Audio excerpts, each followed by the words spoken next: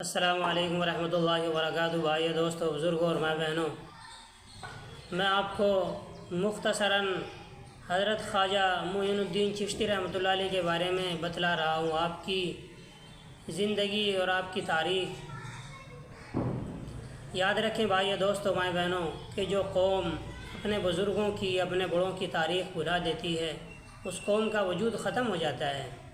تو اس لیے ہمیں چاہیے اپنے بزرگوں کی، اپنے بڑوں کی تاریخ کو یاد رکھیں اور انہیں دہراتے رہیں، تاکہ ہماری آنے والی نسلوں میں بھی اپنے بزرگوں کی تاریخ پہنچے اور ان کو بھی پتہ رہے، ان کو بھی جانکاری رہے۔ تو اس لیے ہمیں بار بار اپنے بزرگوں کی تاریخ کو دہراتے رہنا چاہیے، اپنے بزرگوں کی تاریخ پڑھتے رہنا چاہیے۔ تو اسی سلسلے میں حضرت خواجہ معین الدین چشتی رحمۃ اللہ علیہ افغانستان کے ایک گاؤں سبہستان میں سن 537 ہجری میں پیدا ہوئے۔ آپ رحمۃ اللہ علیہ چشتیہ کے بانی ہیں۔ 20 سال تک اپنے پیر و مرشد حضرت عثمان ہارونی رحمۃ اللہ علیہ کی خدمت میں رہے۔ پھر خلافت ملنے کے بعد ہندوستان کا رخ کیا۔ اس وقت پورے ہندوستان میں کفر و شرک کا بول بالا تھا۔ لوگ خدائے واحد کو چھوڑ کر اینٹ، پتھر، درخت، جانور، گوبر، نہ جانے کس کس چیزوں کی پوجا میں لگے ہوئے تھے۔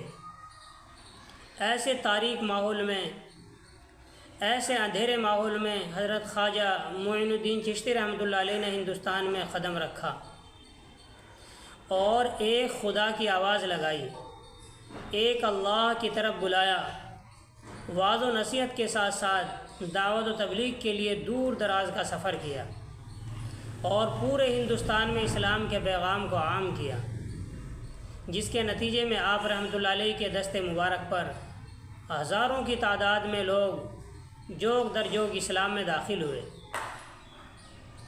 اور لاکھوں لوگوں نے آپ کے ہاتھ پر گناہوں سے توبہ کی۔ ملک کے گوشے گوشے سے اللہ اکبر کی آواز آنے لگی اور یہ سب کچھ آپ رحمۃ اللہ علیہ کی محنت کا نتیجہ تھا اور آپ کے اخلاص کی برکت تھی، اور لوگ بھی اس دعوتی تحریک کو پورے ہندوستان میں پہنچانے لگے۔ تقریباً آدھی صدی تک دعوت و تبلیغ اور تعلیم و تربیت کا کام کرنے کے بعد 90 سال کی عمر میں 627 ہجری میں آپ رحمۃ اللہ علیہ نے وفات پائی اور اجمیر میں ہی مدفون ہوئے۔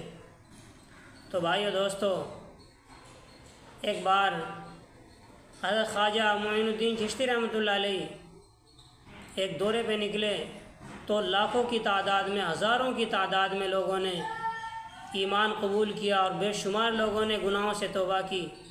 تو حضرت رحمۃ اللہ علیہ خوشی خوشی گھر میں داخل ہوئے تو والدہ نے کہا کہ بیٹا، یہ میری محنت کا ثمرہ ہے کہ لوگ تمہارے ہاتھ پہ اتنی اپنے گناہوں سے توبہ کر رہے ہیں اور ایمان میں داخل ہو رہے ہیں۔ تو حضرت رحمۃ اللہ علیہ نے کہا والدہ کو کہ وہ آپ کی محنت کا کیسے ثمرہ ہے؟ تو والدہ نے یوں کہا کہ بیٹے، میں نے کبھی بھی تجھے بغیر وضو کے کبھی بچپن میں دودھ نہیں پلایا، جب تم میرا دودھ پیتے تھے تو کبھی بھی بغیر وضو کے نہیں پلایا۔ تو بھائی دوستو، ماں نے حضرت کی رحمۃ اللہ علیہ کی ایسے انداز میں تربیت کی، پھر اسی کا اثر ہوا کہ آپ نے اتنی بڑی خدمت انجام دی۔ اللہ تعالیٰ مجھے آپ کو عمل کی توفیق عطا فرمائے۔ اللہ تعالیٰ ہم سب کی طرف سے حضرت رحمۃ اللہ علیہ کو بہت بہت اللہ تعالیٰ بہتر سے بہتر بدل عطا فرمائے۔ السلام علیکم ورحمۃ اللہ وبرکاتہ۔